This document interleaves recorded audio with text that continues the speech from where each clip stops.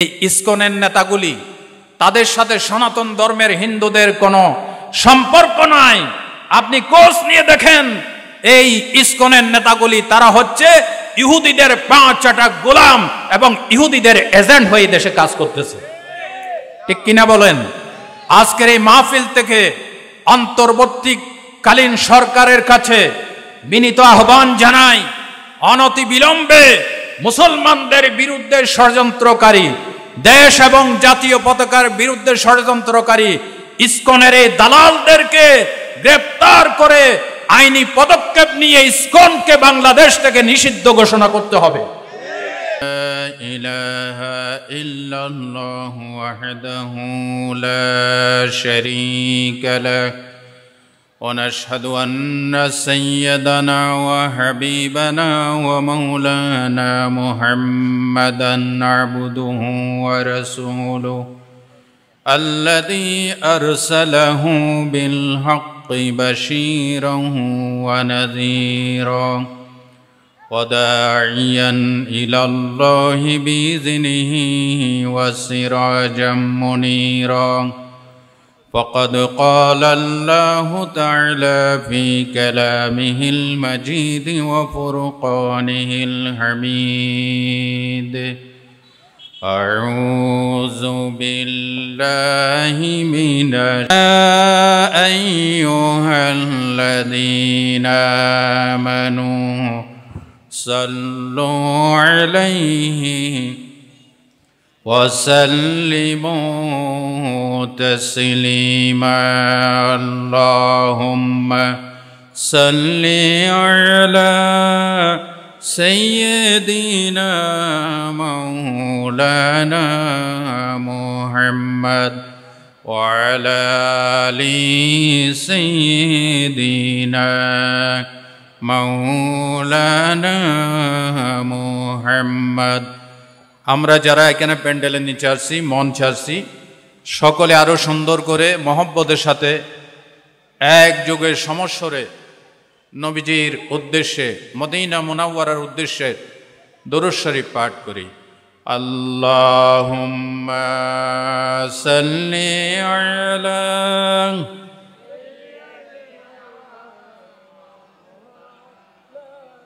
وعلى آل سيدنا بلغ العلا بكماله كشف الدجى بجماله حسنت جميع خصاله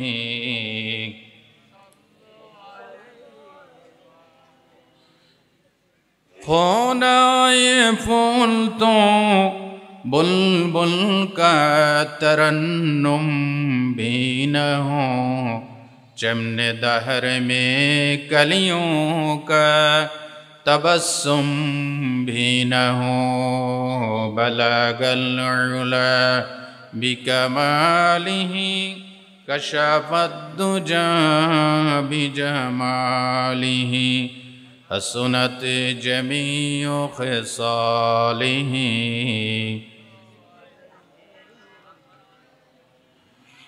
আল কোরআনের সৈনিক আমি নেই তো পরাজয়, এক আল্লাহর গোলাম আমি এই তো পরিচয় আমার, এক আল্লাহর গোলাম আমি এই তো পরিচয়। আল কোরআনের সৈনিক আমি নেই তো পরাজয়, এক আল্লাহর গোলাম আমি এই তো পরিচয় আমার, এক আল্লাহর গোলাম আমি এই তো পরিচয়। এই দুনিয়ার সবই নকল, এই দুনিয়ার সবই নকল, আসল কিছু নয়, এক আল্লাহর গোলাম আমি এই তো পরিচয়। জীবনের চেয়ে ঈমানের দাম জানো অনেক বেশি, তবে কেন ঈমান ছেড়ে জীবন পেয়ে খুশি। জীবনের চেয়ে ঈমানের দাম জানো অনেক বেশি, তবে কেন ঈমান ছেড়ে জীবন পেয়ে খুশি? তোমার ওই ঈমানের মাঝে আছে, তোমার ওই ঈমানের মাঝে আছে মুনাফিকের জয়। এক আল্লাহর গোলাম আমি, এই তো পরিচয় আমার। এক আল্লাহর গোলাম আমি, এই তো পরিচয়। আল কোরআনের সৈনিক আমি, নেই তো পরাজয়। এক আল্লাহর গোলাম আমি, এই তো পরিচয়। এই দুনিয়ার সবই নকল, এই দুনিয়ার সবই নকল, আসল কিছু নয়। এক আল্লাহর গোলাম আমি, এই তো পরিচয়। এক আল্লাহর গোলাম আমি, এই তো পরিচয়। বিশ্বকলোনি কৈবল্যধাম আবাসিক এলাকা ফিরোজ শাহ ইসলামী জনকল্যাণ সংস্থার ষষ্ঠ ইসলামী মহাসম্মেলনের আজকের এই অধিবেশনের পরম শ্রদ্ধাভাজন সভাপতি, বিশিষ্ট আলেমে দ্বীন, সর্বজন শ্রদ্ধেয় ব্যক্তিত্ব,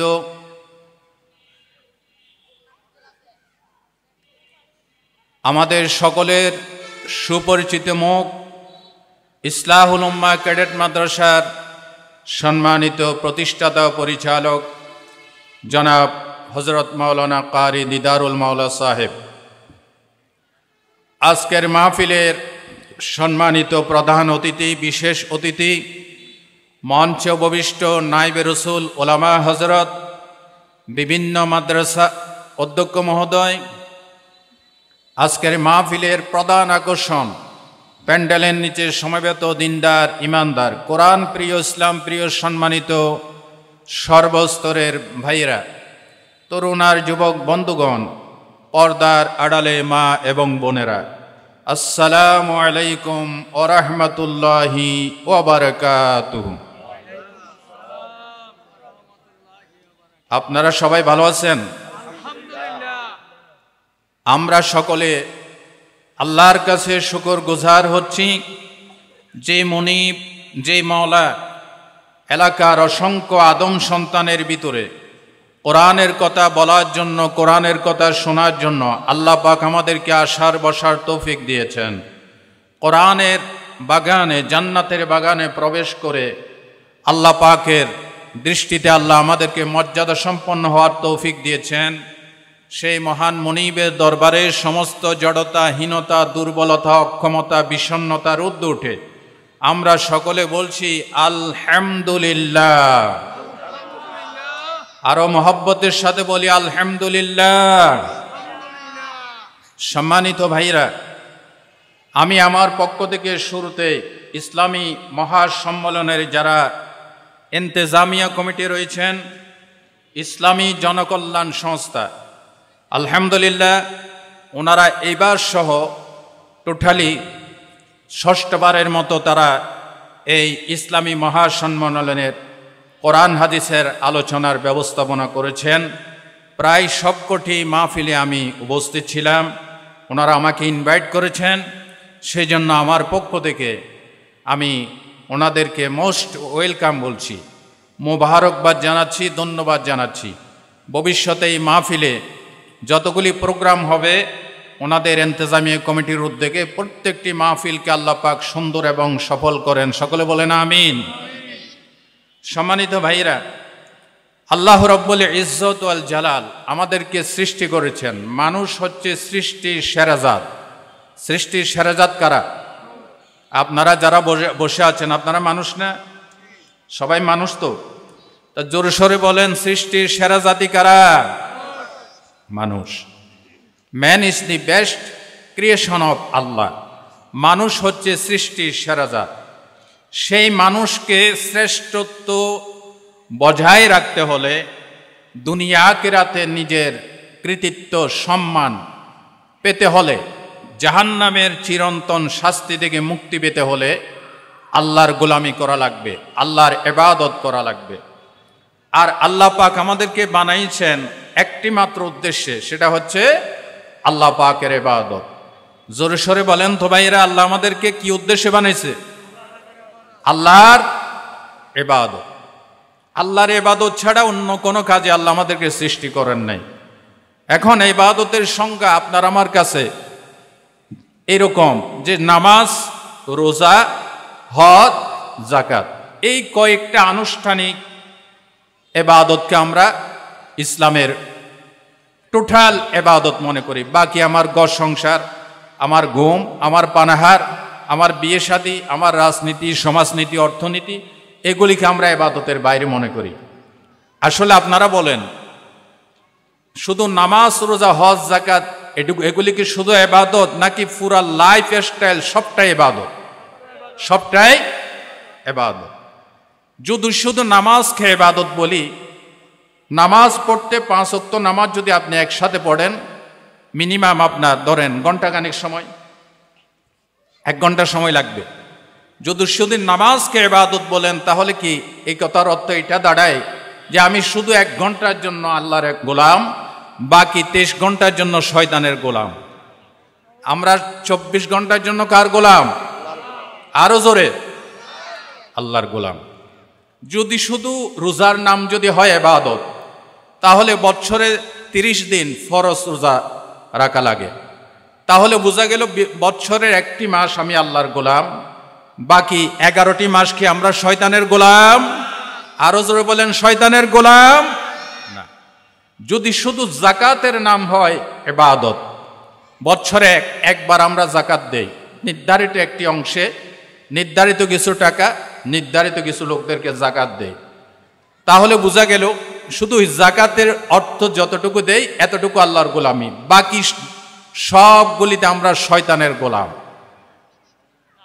আর যদি মনে করি হজের নাম শুধু ইবাদত, ধনীদের জন্য, যাদের আর্থিক এবিলিটি আছে তাদের জন্য জীবনে একবার হজ করা ফরজ, তো যদি হজের নাম হয় ইবাদত, হজ করতে মাত্র 5 দিন সময় লাগে।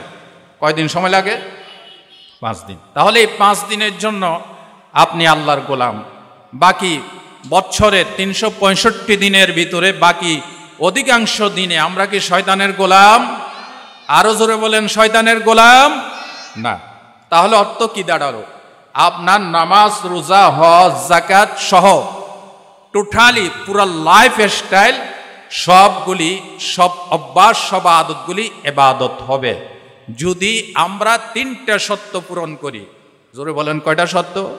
3টা। নাম্বার 1, ইবাদত টোটালি লাইফ স্টাইল, খানা পিনা, পোশাক আশাক, বিচার ফয়সালা এবং সব কিছু যদি ইবাদত করতে হয়, তাহলে 1 নম্বরের শর্ত হচ্ছে কাজটা বৈধ হতে হবে। কাজটা কি হতে হবে? বৈধ, কোরআন হাদিস সমর্থিত কাজ হতে হবে। নাম্বার 2, কাজটা হতে হবে আল্লাহর সন্তুষ্টির জন্য। কার সন্তুষ্টির জন্য? আল্লাহর সন্তুষ্টির জন্য। 3 নাম্বার, কাজটা হতে হবে সুন্নাতে নববী সাল্লাল্লাহু আলাইহি ওয়াসাল্লাম, অর্থাৎ মুহাম্মদ সাল্লাল্লাহু আলাইহি ইসলামের অনুসরণে কাজটি হতে হবে। এই 3টা শর্ত যখন পাওয়া যাবে, এই কাজটা ইবাদতে পরিণত হবে। সুবহানাল্লাহ বলেন। আল্লাহ রাব্বুল আলামিন বলেছেন কোরআন শরীফের ভিতরে, সূরা আল বাইয়িনা, ওয়ামা উমিরু ইল্লা লিয়াবুদুল্লাহা মুখলিসিনা লাহুদ্দিন। আল্লাহ পাক বলেন, তোমাদেরকে কোনো আদেশ করা হয় নাই, শুধু একটি আদেশ করা হয়েছে। ওই আদেশটা হচ্ছে তোমরা একনিষ্ঠভাবে শুধু আল্লাহকে খুশি করার জন্য আল্লাহ রব্বুল আলামিনের গোলামি করবে। জোরে বলেন সুবহানাল্লাহ। ইবাদত কাকে বলা হয়? আল্লামা হাফেজ ইবনে কাসির রাহমাতুল্লাহ আলাইহি বলেছেন, ইবাদাতু হিয়াল লুগাতু মিনাজ জিল্লাহ। ইবাদতের শাব্দিক অর্থ হচ্ছে নিচতা, হীনতা, আল্লাহর সামনে নিজেকে ছোট করা। আর শরীয়তের পরিভাষায় ইবাদত বলা হয় وفي الشرع عبارة عما يجمع كمال المحبة والخضوع والخوف। ভালো করে খেয়াল করেন, আপনাদের মনোযোগ আছে? এটা আমি বলি নাই, ইবাদতের এই ডেফিনেশন সংজ্ঞা তাফসীর ইবনে কাসিরের লেখক আল্লামা ইবনে কাসির রাহমাতুল্লাহ আলাইহি বলছেন, অফিস শারঈ ইবারাতুন আম্মা ইয়াজমাউ কামাল আল মুহাব্বাতি ওয়াল খুদু'i ওয়াল খাউফ। শরীয়তের পরিভাষায় ইবাদত বলা হয় পরিপূর্ণ আল্লাহ পাকের ভালোবাসা, আল্লাহ পাকের সামনে বিনয়তা এবং আল্লাহ পাকের ভয় সহ কোনো কাজ করা। আপনি যে কোনো কাজ করেন, এটাতে যদি আল্লাহর ভয় না থাকে, এটাতে যদি আল্লাহর মহব্বত না থাকে, এটাতে যদি বিনয়তা না থাকে, তাহলে এটা ইবাদত হবে? আরো জোরে কোন ইবাদত হবে? হবে না। প্রিয় ভাইরা, এই জন্য যে কোনো বৈধ কাজ, মুবাহ কাজ, জায়েজ কাজ, এটা যদি তিনটা শর্ত ফুলফিল হয় তখন সেটা ইবাদত হবে। ইমাম নববী রাহমাতুল্লাহ আলাইহি বলেছেন, ইন্নাল মুবাহা ইজা কুসিদা বিহি ওয়াজহুল্লাহি তাআলা। যখন কোন মুবাহ কাজ, মুবাহ বুঝেন আপনারা, যেটাতে সওয়াব নাই গুনাহ নাই, এই ধরনের একটি সাধারণ মুবাহ কাজও যদি হয়, সেটা যদি আল্লাহর সন্তুষ্টির জন্য হয়, তাহলে কি হবে? সারা তাআতান ওয়া ইউসাবু আলাইহি। ইমাম নববী রাহমাতুল্লাহ আলাইহি বলছেন, সেটা সাথে সাথে ইবাদতে পরিণত হবে এবং ওয়া ইউসাবু আলাইহি, এটার জন্য সওয়াব দান করা হবে, পুরস্কার দান করা হবে। সুবহানাল্লাহ বলেন। যেমন মনে করেন, আপনি যদি মসজিদে আসেন, আসার টাইমে যদি নিয়ত করেন আজকে মসজিদে যাব, কে কিভাবে নামাজ পড়ে এটা দেখব, দেখার পর মানুষের ভুল ধরব, এবং মসজিদে কে কার বিরুদ্ধে কথা বলে, সরকারের বিরুদ্ধে এবং মদের বিরুদ্ধে, জানার বিরুদ্ধে যারা কথা বলে, এদের শুনে এদের বিরুদ্ধে, এদের পিছনে লাগবো, এই যদি হয় আপনার উদ্দেশ্য, তাহলে আপনি আল্লাহর সন্তুষ্টির জন্য আসেন নাই, আপনি আসছেন মানুষের ভুল ধরার জন্য, গোয়েন্দাগিরি করার জন্য। বলেন, তার এই কদমে কদমে সওয়াব লেখা হবে? জোরে বলেন, হবে? আর যদি আল্লাহর সন্তুষ্টির জন্য আসেন, তাহলে কি হবে? আল্লাহর নবী বলেছেন, যারা মসজিদে বা জামাত নামাজ আদায় করার জন্যে, আল্লাহ পাকের গোলামি করার জন্য, আল্লাহকে সন্তুষ্ট করার জন্য মসজিদে আসবে, প্রথম কদমে তাকে একটি করে মর্যাদা বৃদ্ধি করে দেয়া হয়, আর আরেকটি কদমে তার গুনাহ মাফ করে দেয়া হয়। তাহলে দেখা গেল বদনিয়তের কারণে তার এই কাজটা গুনাহে পরিণত হয়ে গেল। নাউজুবিল্লাহ বলতে ইচ্ছে করে না? আরো জোরে বলেন নাউজুবিল্লাহ। ভাই ও বন্ধুগণ, আল্লাহর নবী বলেছেন, মানুষ যখন আল্লাহকে সন্তুষ্টি করার জন্য কাজ করবে, তাকে পুরস্কৃত করা হবে, এটা ইবাদতে পরিণত হবে। বিশ্ব নবী বলেছেন সুনান তিরমিজির বর্ণনায়, মান আদা মারিদান আও যারা আখাহু লাহু ফিল্লাহ। যে কোনো আল্লাহর বান্দা আল্লাহর সন্তুষ্টির জন্য কোন রোগীকে দেখতে যাবে, রোগীর সেবা যত্ন করতে যাবে, অথবা তার কোন মুসলমান ভাইয়ের সাথে সাক্ষাৎ করতে যাবে, বিশ্বনবী বলেছেন, যদি আল্লাহকে সন্তুষ্টি করার জন্য যায়, একজন ফেরেশতা এসে তাকে বলে যায়, ও আল্লাহর বান্দা, তুমি নিজের জীবনকে আল্লাহর রহমত দিয়ে ধন্য করেছ এবং তুমি তোমার পদচারণা, তোমার চলাফেরাকে তুমি ধন্য করেছ, আর শুনে রাখো, তুমি তোমার জন্য জান্নাতে নিজেই একটা বাড়ি নির্মাণ করে নিয়েছ। আল্লাহু আকবার বলেন। আন তাবাওয়াতা মানজিলান ফিল জান্নাহ, সুনান তিরমিজির বর্ণনায় ফেরেশতা এসে বলে, তুমি আল্লাহর সন্তুষ্টির জন্য রোগীকে দেখতে গেছো, অথবা কোন মুসলমান ভাইয়ের সাথে সাক্ষাৎ করতে গেছো, সুতরাং এটা সাধারণ কোনো কাজ নয়, তুমি নিজেই তাবাওয়াতা মানজিলান ফিল জান্নাহ, নিজেই জান্নাতে একটি নিজেই বাড়ি নির্মাণ করে নিয়েছো। সুবহানাল্লাহ বলেন। তাহলে দেখা গেল যে কোনো অভ্যাসকে ইবাদতে পরিণত করতে পারেন যদি সেটা কাকে খুশি করার জন্য হয়। কাকে খুশি করার জন্য হয়? আল্লাহকে খুশি করার জন্য হয়। এইভাবে আমার জীবনের পুরা লাইফ স্টাইলটা যখন আল্লাহকে খুশি করার জন্য হবে, আপনার ঘুম আপনার ইবাদত, আপনার ঘুম আপনার কি ইবাদত, খানাপিনা ইবাদত, কাপড় পরা ইবাদত, স্ত্রীর সাথে মিলিত হওয়া, ঘর সংসারের জন্য আয় রোজগার করা, সবকিছু কি। আচ্ছা, আপনারা আমার একটা কথা জবাব দেন, পৃথিবীতে এমন কোন মালিক আছে কর্মচারী নিয়োগ করছে, কর্মচারী নিয়োগ করার পর যদি কাজ বাদ দিয়ে ঘুমাই থাকে, খাতায় কি রিপোর্টটা উঠবে যে সে কাজ করছে বেতন পাবে? এই রিপোর্টটা উঠবে নাকি অ্যাবসেন্ট উঠবে?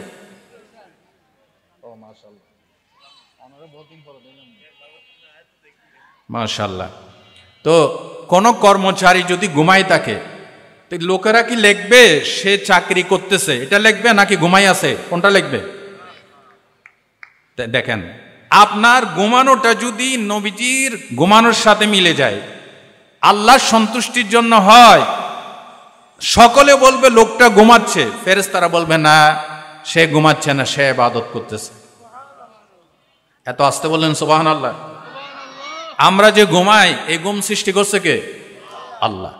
আল্লাহ রাব্বুল আলামিন সূরাতুর রুমের 23 নম্বর আয়াতে বলেন, ওয়ামিন আয়াতিহি মানামুকুম বিল্লাইলি ওয়ান নাহারি ওয়াবতিগাউকুম মিন ফাদলি। আল্লাহ পাক বলেন, তোমার স্রষ্টার নিদর্শনাবলীর ভিতরে এটা একটা নিদর্শন, তিনি তোমাদের জন্য রাতে দিনে ঘুমের ব্যবস্থা করেছেন, আর তিনি তোমাদের জন্য রুজি অন্বেষণের ব্যবস্থা করেছেন। বলেন সুবহানাল্লাহ। ভাই ও বন্ধুগণ, এই ঘুম ইবাদত হবে যদি কয়েকটা শর্ত পূরণ হয়। কেউ যদি এই নিয়তে ঘুমাই, আমার শরীর ক্লান্ত হয়ে গেছে, সকালে চুরি করতে যাব, সকালে মদের ব্যবসা করতে যাব, যদি সারা রাত যদি না ঘুমাই, তাহলে সকালে ব্যবসা বাণিজ্য মদের ব্যবসা ভালো হবে না। বলেন, এই নিয়তে যদি ঘুমাই, এই ঘুমে ইবাদত হবে নাকি গুনাহ হবে? জোরে বলেন, কি হবে? আজ যদি এই নিয়তে ঘুমাই, আমি যদি ঘুমাই, আমার হাত পা সচল হবে আর আমার ব্রেন ক্লিয়ার হয়ে যাবে, হাত পা কর্মোদ্দীপনা পাবে। সকাল বেলায় প্রথম টাইমে যথাসময়ে ফজরের নামাজ আদায় করব, তাহাজ্জুদের নামাজ আদায় করব, আর সকাল বেলায় নবীজির সুন্নাহ মোতাবেক চাকরিতে গমন করব, ব্যবসা বাণিজ্য করব। যদি ভালো নিয়তে ঘুমাই, নবীজি বলেছেন এটা ঘুম নয়, সারা রাত ইবাদতের ভিতর গণ্য হয়ে যাবে। ভাই ও বন্ধুগণ, ঘুম ইবাদত হবে যদি কয়েকটি শর্ত পাওয়া যায়। তাবরানীর হাদিস, আল্লাহর নবী বলেন, মা মিন আবুদিন ইয়ানামু বাতাত তাহিরান ইল্লা বাতা ফি শি'রিহি মালাকুন। বিশ্বনবী বলেন, আল্লাহর কোন বান্দা যদি ওযু করে ঘুমায়, ওযু করে পাক পবিত্র হয়ে ঘুমায়, একজন ফেরেশতা তার মাথার কাছে অবস্থান করে। লোকটি যখন ঘুম থেকে জাগ্রত হয়ে যায়, নবীজি বলেন ওই ফেরেশতা আল্লাহকে ডেকে ডেকে বলে, ক্বালা মালাকুন ইগফির লিআবদিকা কামা বাতা তাহিরা। রব্বুল আলামিন, তোমার এই বান্দার জীবনের সব গুনাহ মাফ করে দাও, তোমার এই বান্দার জীবনের গুনাহগুলি মাফ করে দাও, কারণ তোমার এই বান্দা সারা রাত পবিত্র হয়ে ঘুমাইছে। আল্লাহু আকবার বলেন। বুখারীর হাদিস, আল্লাহর নবী বলেন, তুমি যখন ঘুমাতে যাবে, ফাতাওয়াদ্দা উযুকা লিস-সালাত, নামাজের ওযুর মতো ওযু করো, সুম্মা ইদতাজি আলা শিক্কিকাল আইমান, অতঃপর ডান কাতে শুয়ে যাও, অতঃপর বলো, আল্লাহুম্মা আসলামতু ওয়াজহি ইলাইকা ওয়া ফাওয়াদতু আমরি ইলাইকা।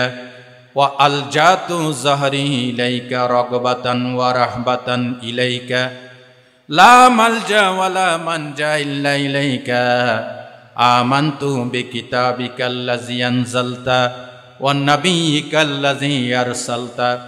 সুন্দর একটি দোয়া। কে শিখাইছেন? আল্লাহর নবী। জোরে বলেন, কে শিখাইছেন? আল্লাহর নবী বলেন, কোন বান্দা বান্দি যখন উযু করে ঘুমায়, ডান কাতে ঘুমায়, অতঃপর বলে আল্লাহ আমি নিজেকে তোমার কাছে সঁপে দিলাম এবং আমার পিঠে তোমার সাথে টেকাই দিলাম, তোমার আশ্রয় গ্রহণ করলাম, তুমি ছাড়া পরিত্রাণ দেওয়ার কে নাই, আশ্রয়স্থল কেউ নাই।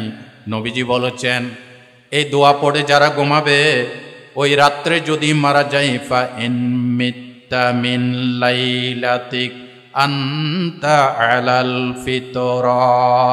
আল্লাহর নবী বলেন এই দোয়া পড়ে যারা ঘুমাবে মারা যাবে ওই রাত্রে, নবীজি বলেছেন, নবীজি ওয়াদা দিয়েছেন তার মৃত্যুটা ইসলামের উপরে হয়ে যাবে। কত বড় কথা চিন্তা করছেন? উযু করে ঘুমায় এবং এই দোয়া পড়ে। নবীজি বলেন ফা ইম মিত্তা মিন লাইলাতিক আনতা আলাল ফিতরা, ওই রাত্রে যদি তোমার মৃত্যু হয়, আল্লাহ রাসূল বলছেন তুমি ইসলামের উপর মরছো। তাহলে দেখেন এটা শুধু গুম হইল না, এক গুমে তারে জান্নাতে পৌঁছাই দিছে। সুবহানাল্লাহ বলতে ইচ্ছে করে না? আমরা এরকম মৃত্যু চাইনি। যারা জবাব দেন না তারা চান না। আমরা এরকম মৃত্যু চাই।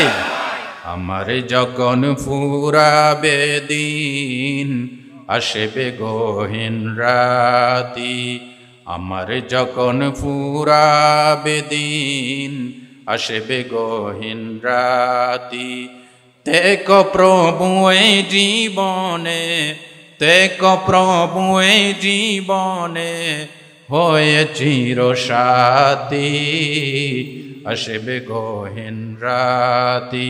আমিন বলেন। তাহলে ওযু সহকারে যদি ঘুমান, আপনার এই ঘুমটা শুধু ঘুম নয়, ইবাদত। সুবহানাল্লাহ বলেন।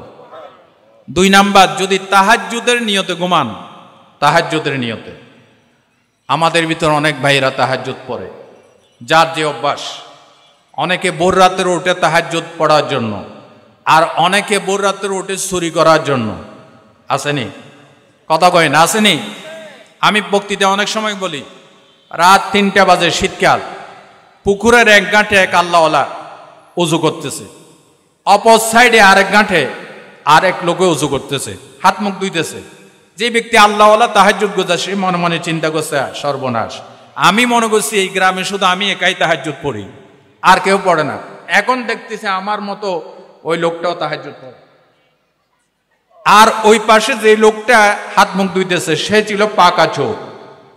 সে মনে মনে চিন্তা করতেছে, আমি মনে করছি এই গ্রামে শুধু আমি রাত 3টা বাজে এসে উঠে চুরি করতে যাই, কিন্তু দেখি আমার মতো আরেক চোর ওই পাশে হাত মুখ ধুইতেছে চুরি করতে যাওয়ার। আসলে বলেন, ওই যে ব্যক্তি তাহাজ্জুদ গুজার, ও কি চোর নাকি ভালো লোক? আরবিতে একটা কথা আছে, আলমার ও ইয়াকিসু আলা নাফসি, যে যেরকম তার আন্দাজও সেরকম। চোর মনে করে পৃথিবীর সবাই চোর, ভালো লোক মনে করে সবাই ভালো, আন্দাজ সেরকম। তো দেখেন ভাইরা, যদি তাহাজ্জুদের নিয়তে ঘুমান, নাসাইয়ের বর্ণনা, আল্লাহ রাসূল বললেন যদি কোনো ব্যক্তি তাহাজ্জুদের নিয়তে ঘুমাইছিল, ফাগালাবাহু আলাইহা নাওম, এমন ভাবে ঘুম এসে গেছে আর তাহাজ্জুদ পড়তে পারলো না, নবীজি বলেছেন সে যে আল্লাহর সন্তুষ্টির জন্য তাহাজ্জুদের নিয়তে ঘুমাইছে, দেখেন কি হয়। আল্লাহর নবী বলেন এই লোকটি ঘুম থেকে জাগলো না, তাহাজ্জুদের সময় পেরিয়ে গেল। নবীজি বলেছেন ইল্লা কানাত লাহু আজরুন ফিস সালাত ওয়া কানা নাওমুন আলাইহি সাদাকাহ। সুনান নাসাইর বর্ণনা, আল্লাহ রাসূল বলেন এই ব্যক্তির ঘুম ভাঙে নাই, তাহাজ্জুদের সময় পার হয়ে গেছে, তাহলে তাহাজ্জুদের সওয়াব থেকে বঞ্চিত হয়ে যাবে না। রাসূলুল্লাহ বলছেন এই যে তাহাজ্জুদের নিয়তে ঘুমাইছিল তার পুরা ঘুমটা তাহাজ্জুদের সওয়াব, আর ঘুমটা হয়ে গেল তার জন্য সদকা। কত বড় কথা চিন্তা করছেন। তাহলে আরেকটি সত্য তাহাজ্জুদের নিয়তে ঘুমানো। 3 নাম্বার, ঘুমানোর আগে নবীজির সুন্নাহ মোতাবেক কিছু আমল করা। এর ভিতরে একটি হচ্ছে বিছানা ঝেড়ে নেওয়া। বিছানা কি করা? পরিষ্কার করা। বিছানা ঝেড়ে নেওয়া এটা কি কোনো বিজ্ঞানী শিখেছে আমাদেরকে, নাকি সর্বপ্রথম মুহাম্মদ সাল্লাল্লাহু আলাইহি ওয়াসাল্লাম শিখেছে? কে শিখেছে? মুহাম্মদ সাল্লাল্লাহু আলাইহি ওয়াসাল্লাম শিখেছে। কারণ নবীজি আমাদের আদর্শ। লাকাদ কানা লাকুম ফি রাসূলিল্লাহি উসওয়াতুন হাসানাহ, you have an excellent example in the messenger of Allah. তোমাদের জন্য গ্রহণযোগ্য আদর্শ কোনো নেতা নয়, কোনো লিডার নয়, দুনিয়া প্রেমিক যারা মদের সাথে জড়িত, ইয়াবার সাথে জড়িত, জানাবে বিচারের সাথে জড়িত, জুলুমের সাথে জড়িত, এমন কেউ আমাদের আদর্শ হতে পারে না।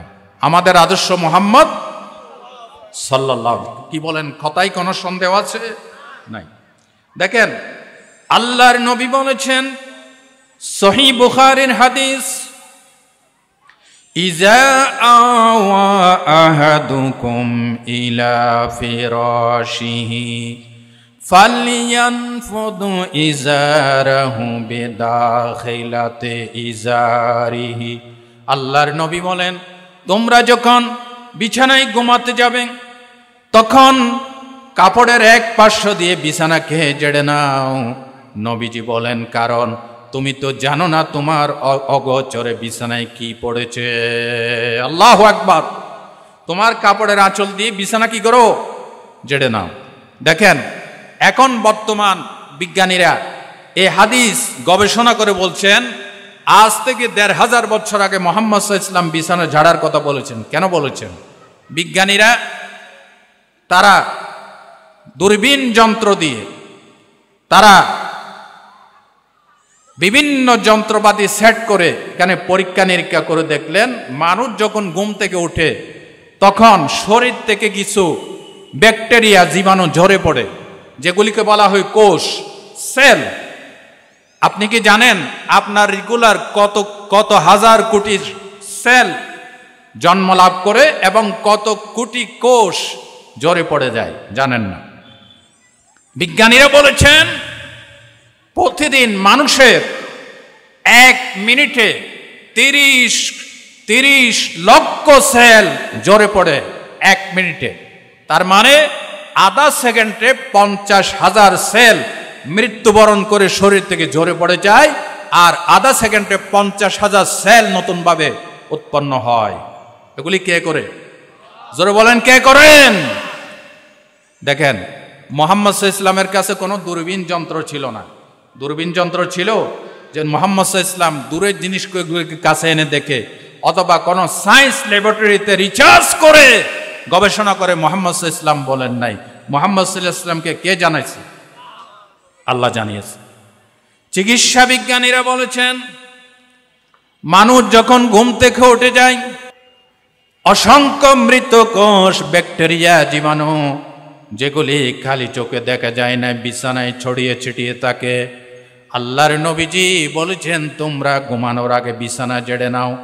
বিজ্ঞানীরা এই ব্যাকটেরিয়া, জীবাণু দূর করার জন্য অত্যাধুনিক প্রযুক্তির স্প্রে বিছানার উপরে তারা স্প্রে করলো, বিভিন্ন ওষুধ ছিটাইলো। একটা জীবাণু, কোনো ব্যাকটেরিয়া, কোনো সেল বিছানা থেকে দুর্বৃত হয় নাই, যেরকম আছে সেরকম রয়ে গেছে।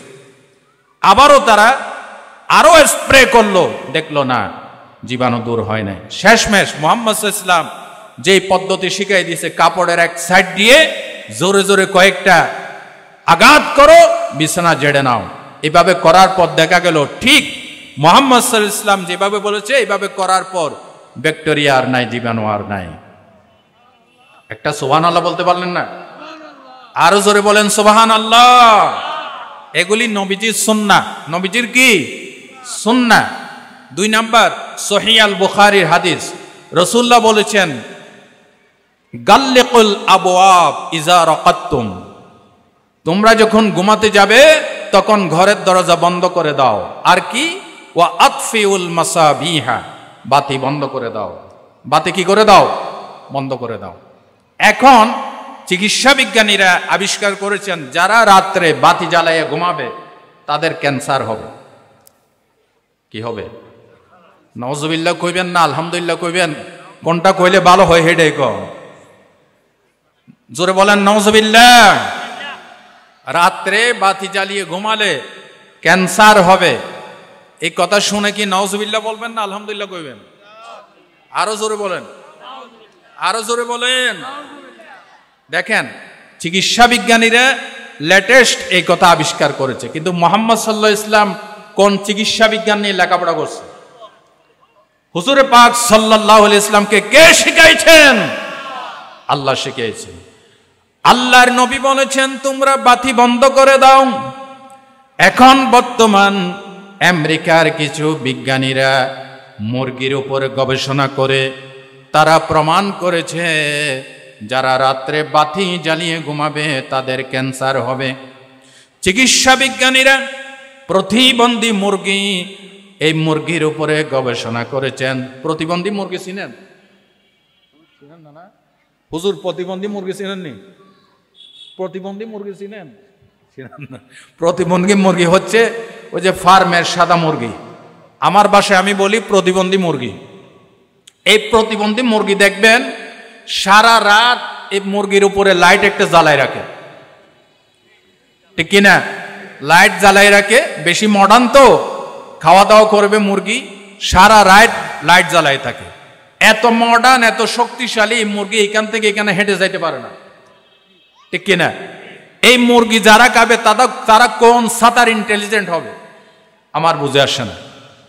চিকিৎসা বিজ্ঞানীরা এই প্রতিবন্ধী মুরগি এবং দেশি মুরগি দুটির উপরে গবেষণা চালিয়ে তারা থিওরি পেশ করেছেন, যে সমস্ত মুরগিগুলি লাইটের আলোতে বড় হয়, এই প্রতিবন্ধী মুরগি 100টাতে 35টা ক্যান্সার আক্রান্ত। নাউজুবিল্লাহ বলেন, আরো জোরে বলেন নাউজুবিল্লাহ। 100টাতে কয়টা? 35টা। আর দেশি মুরগি যেটা স্বাভাবিক আলো বাতাসে বড় হয়, সন্ধ্যা মাগরিবের আজানের সাথে সাথে খোঁয়ারে ঢুকে যায়, ফজরের আজান শুনে খোঁয়ার থেকে বেরিয়ে যায়, স্বাভাবিক আলো বাতাসে বড় হয়, এই মুরগি 100টাতে 100টা ক্যান্সার মুক্ত। সরকান সুবহানাল্লাহ। ভাই ও বন্ধুগণ, চিকিৎসা বিজ্ঞানীরা এই থিওরি মাত্র কিছুদিন আগে পেশ করেছেন, কিন্তু আল্লাহর নবী, যিনি আল্লাহর পরে মহাবিজ্ঞানী, ওই নবীজি বলেছেন তোমরা বাতি জ্বালিয়ে ঘুমাইও না। বাতি যদি জ্বালিয়ে দাও তাহলে তোমার শরীরে ক্ষতি হবে। চিকিৎসা বিজ্ঞানীরা বলেছেন মানুষ যখন ঘুমায় যায়, যতক্ষণ পর্যন্ত বাতি জ্বালানো থাকে ততক্ষণ মস্তিষ্কের ভিতরে একটা হরমোন আছে যেটাকে বলা হয় মেলাটোনিন হরমোন। এই মেলাটোনিন হরমোন নিঃসরিত হয় না। এই মেলাটোনিন হরমোন যদি নিঃসরিত না হয় তাহলে ব্যক্তি ক্যান্সার আক্রান্ত হয়ে যাবে। আর যখন বাতিগুলি নিভাইয়ে দেওয়া হয়, রুম গুটগুটে অন্ধকার হয়ে যায়। চিকিৎসা বিজ্ঞানীরা বলেছেন চোখ ইনফরমেশন দেয় মস্তিষ্ক ব্রেনকে যে এখন সময় হয়েছে মেলাটোনিন হরমোন নিঃসরিত হওয়ার জন্যে। চিকিৎসা বিজ্ঞানীরা বলেছেন এই মেলাটোনিন হরমোন সারা রাত ব্যক্তির রক্তে রক্তে মিশে গিয়ে মানুষকে ক্যান্সার মুক্ত করে। যেরকম সুবহানাল্লাহ। মুহাম্মদ সাল্লাল্লাহু আলাইহি ওয়াসাল্লাম আজ থেকে ১৫০০ বছর আগে বলেছেন বাতি বন্ধ করে ঘুমাও। সুবহানাল্লাহ বলতে ইচ্ছে করে না? তাহলে আপনার ফুল লাইফ স্টাইল যখন মুহাম্মদ সাল্লাল্লাহু ইসলামের মতো হয়ে যাবে, এই ঘুমটা কি হবে? ইবাদত। ঘুমটা কি হয়ে যাবে? ইবাদত হয়ে যাবে। সম্মানিত ভাইরা, এভাবে করে আপনার খানা পিনা যখন নবীজির সাথে মিলে যাবে, খানা কাফেররাও খায়, মুসলমানরাও খায়, খায় না? গরু ছাগলে খানা খায় না? আপনার খানার স্টাইল কাফেরের স্টাইল এক হওয়া উচিত নাকি ভিন্ন হওয়া উচিত? ভিন্ন হওয়া উচিত। রাসূলুল্লাহ বলেছেন ইন্নাল কাফিরা ইয়াকুলু ফি সাবআতি আমআ ওয়াল মুমিনু ইয়াকুলু ফি মিআন ওয়াহিদিন। কাফেররা 7 পেটে খায়, ইমানদার 1 পেটে খায়। সুবহানাল্লাহ বলেন। আল্লাহর নবী বলেছেন ইজা আকালা আহাদুকুম ফালা ইয়ামসাহ ইয়াদাহু হাত্তা ইয়ালআকাহা। আল্লাহর নবী বলছেন, তোমরা যখন খাদ্য খাবার শেষ করবে তখন হাত ধুইও না যতক্ষণ পর্যন্ত এই হাতকে আঙ্গুলগুলিকে ছেটে না খাও। সুবহানাল্লাহ বলেন। নবীজির আদত ছিল, নবীজি 3 আঙ্গুলে খাইতেন। কয় আঙ্গুলে? 3 আঙ্গুলে খাইতেন। এবং বিশ্ব নবী মধ্যমা আঙ্গুল, তর্জনী এবং বৃদ্ধা আঙ্গুল, আমি নাম সহ মেনশন করতেছি, মধ্যমা আঙ্গুল, তর্জনী এবং বৃদ্ধা আঙ্গুল, এই 3টা আঙ্গুল চাটতেন। সুবহানাল্লাহ বলতে ইচ্ছে করে না? দেখেন, এই 3টা আঙ্গুল চাটার কথা 1500 আগে বলছে মুহাম্মদ সাল্লাল্লাহু আলাইহি ওয়াসাল্লাম। এখন বর্তমান চিকিৎসা বিজ্ঞানীরা বলছে, মানুষ যখন খাবারের পর আঙ্গুল চাটে তখন আঙ্গুলের এইখানে সেল আছে না, রক্তের সাথে কোষ আছে না, আসেনি, এগুলির থেকে প্লাজমা এক ধরনের রস বের হয়, যে রসটা পাকস্থলিতে গিয়ে হজমের কাজে সহযোগিতা করে। দেখছেন? তাহলে আপনার খানাটা যদি মুহাম্মদ সাল্লাল্লাহু আলাইহি ওয়াসাল্লামের খানার সাথে, স্টাইলের সাথে মিলে, এটা শুধুমাত্র খানা থাকবে না, ইবাদতে পরিণত হবে। সুবহানাল্লাহ বলে। আল্লাহর নবী বলেছেন, তোমরা যখন খাবে লা তাকুলু বিশিমালিহি, বাম হাতে খাইও না। ফা ইন্না শাইতানা ইয়াকুলু বিশিমালি, কারণ শয়তান বাম হাতে খায়। তাহলে বাম হাতে খাইলে এটা কি ইবাদত হবে নাকি ডাইন হাতে খাইলে ইবাদত হবে? জোরে বলেন না। ডাইন হাতে খাইলে ইবাদত। আর খাবারের পরে যখন প্লেট ধুয়ে মুছে খাবেন, আঙ্গুল ছেটে খাবেন, এটা ইবাদতে পরিণত হবে। হযরত ওমর রাদিয়াল্লাহু তাআলা আনহু মুলকে শামে গিয়েছিলেন ইসলামের দাওয়াত দেওয়ার জন্য।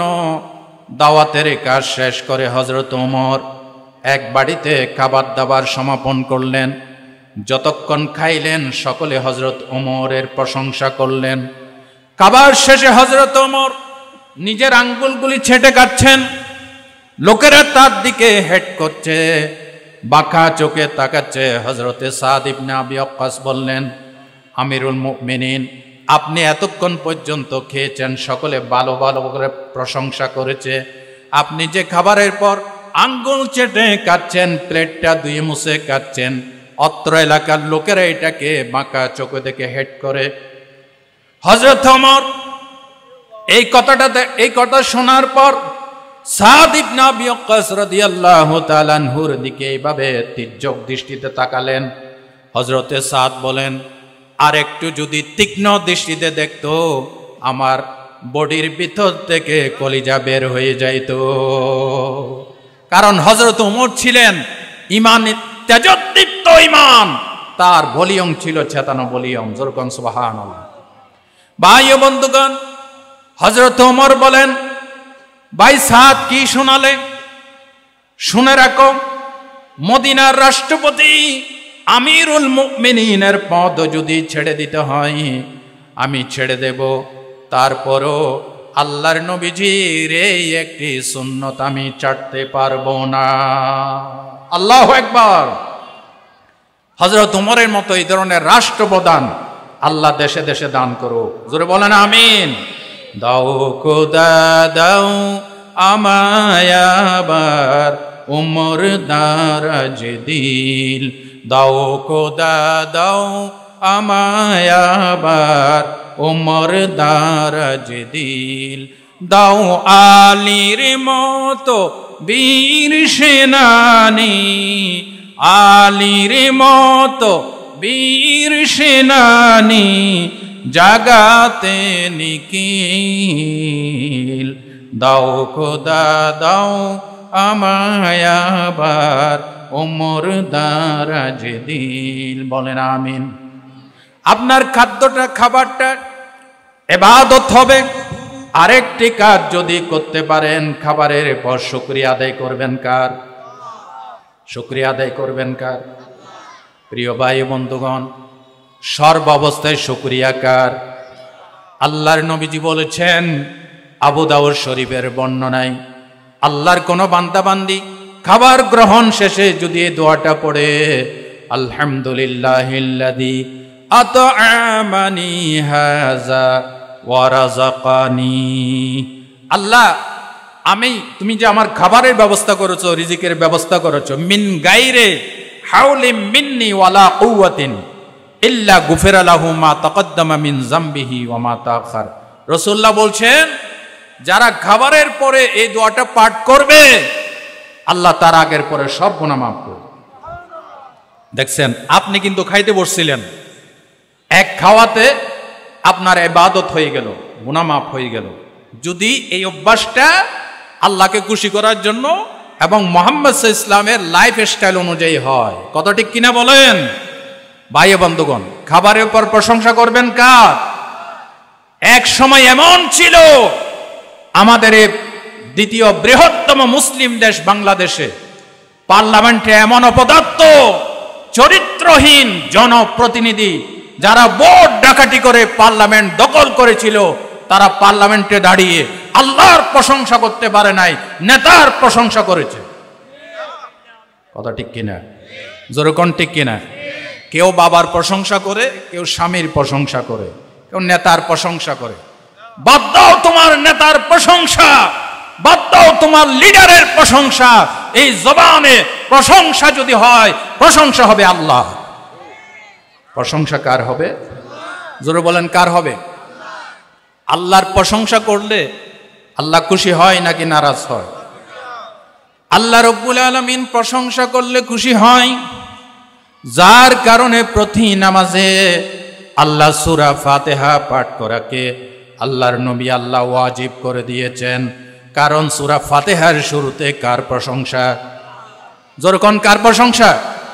পড়েন সবাই, আলহামদুলিল্লাহি রাব্বিল আলামিন।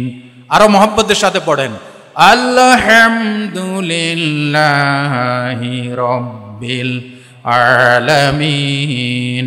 প্রশংসা সবই কেবল তোমারি, প্রশংসা সবই কেবল তোমারি, রব্বুল আলামিন। দয়ালু মেহেরবান করুণা অফুরান, আর কেউ নয় তুমি মালিক। শেষ বিচারের দিন, শেষ বিচারের দিন। আমিন বলেন। আপনারা একটু দরুদ শরীফ পাঠ করেন। আল্লাহুম্মা সাল্লি আলা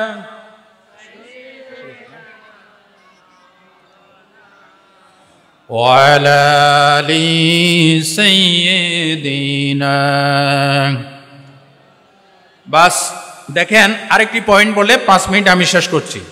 আপনার কাপড় চোপড় পরা যদি নবীজির লাইফ স্টাইল অনুযায়ী হয়, আপনার ইবাদত হবে। এটা শুধু কাপড় পরা হবে না, এটা কি হবে? ইবাদত হবে। নবীজি বলেছেন, তোমরা পুরুষরা টাকনুন নিচে পাজামা প্যান্ট লুঙ্গি পরো না। এখন আপনি যদি নবীজির এই হাদিস ফলো করে টাকনুর উপরে পরেন, এটা কি হবে? কথা কয় না, কি হবে? নবীজি বলেছেন পুরুষদের জন্য, তোমরা হলুদ কালারের, জাফরানি কালারের, লাল কালারের জামা পরো না। নিষেধ করেছেন মুহাম্মাদুর সাল্লাল্লাহু আলাইহি ওয়াসাল্লাম। আচ্ছা, একটা কথার জবাব দেন, হলুদ কালারের জামা, কুসুম কালারের জামা নিষেধ করলেন কেন? এটার তাফসিরে মুফাসসিরিন ইকরাম লিখেছেন, হলুদ জামা, জাফরানি কালারের জামা বা ধুতি আপনার মন্দিরের সন্ন্যাসী ঠাকুর এরা পরিধান করে। কথা কয় না, ঠিক কিনা?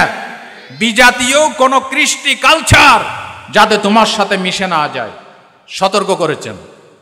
কথা প্রসঙ্গে আমি বলতে চাই, বেশ কিছুদিন আগে আমাদের চট্টগ্রাম নিউ মার্কেটের 0 পয়েন্টে আমাদের বৈষম্য বিরোধী ছাত্র আন্দোলনের ছাত্ররা আমাদের লাল সবুজ পতাকা উড়াইছিল। সেই পতাকার উপরে গেরুয়া পতাকা, তাদের ওই হিন্দুদের পতাকা লাগিয়েছে ইসকনের নেতারা। কথা ঠিক কিনা বলেন? এই কাজের জন্য মামলা হয়েছে, 119 জনকে আসামি করে মামলা করা হয়েছে। আমি বলতে চাই, মুহাম্মদ সাল্লাল্লাহু আলাইহি ইসলাম ওই গেরুয়া কালার বা কুসুম কালার নিষেধ করেছেন হিন্দুদের দেবতা, হিন্দুদের সন্ন্যাসী ঠাকুরের সাথে যাতে মিশে না যায়। কিন্তু বর্তমানে দেখেন, এই ইসকনের নেতাগুলি তাদের সাথে সনাতন ধর্মের হিন্দুদের কোনো সম্পর্ক নাই। আপনি কোর্স নিয়ে দেখেন, এই ইসকনের নেতাগুলি তারা হচ্ছে ইহুদিদের পাঁচটা গোলাম এবং ইহুদিদের এজেন্ট হয়ে দেশে কাজ করতেছে। ঠিক কিনা বলেন? আজকের এই মাহফিল থেকে অন্তর্বর্তীকালীন সরকারের কাছে বিনীত আহ্বান জানাই, অনতি বিলম্বে মুসলমানদের বিরুদ্ধে ষড়যন্ত্রকারী, দেশ এবং জাতীয় পতাকার বিরুদ্ধে ষড়যন্ত্রকারী ইসকনের এই দালালদেরকে গ্রেপ্তার করে আইনি পদক্ষেপ নিয়ে ইসকনকে বাংলাদেশ থেকে নিষিদ্ধ ঘোষণা করতে হবে। ঠিক কিনা বলেন? আল্লাহ সেই তৌফিক আমাদেরকে দান করেন। তাহলে আপনার পোশাকের কালার, আপনার পোশাকের সাইজ, পোশাকের ধরন যদি মুহাম্মদ সাল্লাল্লাহু আলাইহি ওয়াসাল্লামের মতো হয়, এটা শুধু পোশাক পরা হবে না, এটা পুরাটাই ইবাদত। ঠিক না? আল্লাহ আমাদেরকে এই কথাগুলি, আরও আমার অনেক পয়েন্ট ছিল, লম্বা ছড়া কথা ছিল, যেহেতু আমার পরের বক্তা আজকের মাহফিলের রৌনক বক্স মেহমান বিশিষ্ট আলেমে দিন মুফাসসিরে কোরআন মাওলানা মুফতি ফেরদৌস আল আজাদ চাঁদপুর, উনি এসেছেন। এই জন্য ওনার প্রতি শ্রদ্ধাবোধ রেখে আমি আমার বক্তব্য এখানে শেষ করছি। IUB media.